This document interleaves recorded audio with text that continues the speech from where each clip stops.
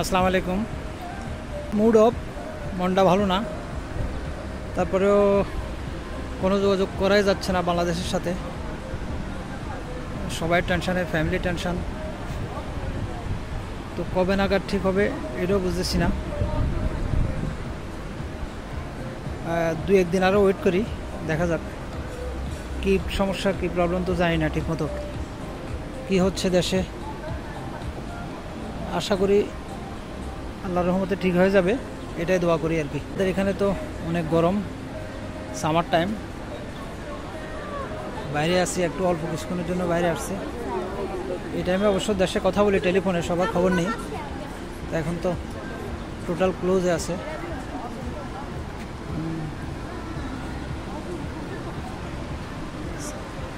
আজকের রোদের তাপমাত্রা আমাদের এখানে মোটামুটি একটু বেশি, মোর দেন 35, 36 এই ধরনের হয় আর কি, আমাদের এর উপরে যায় না।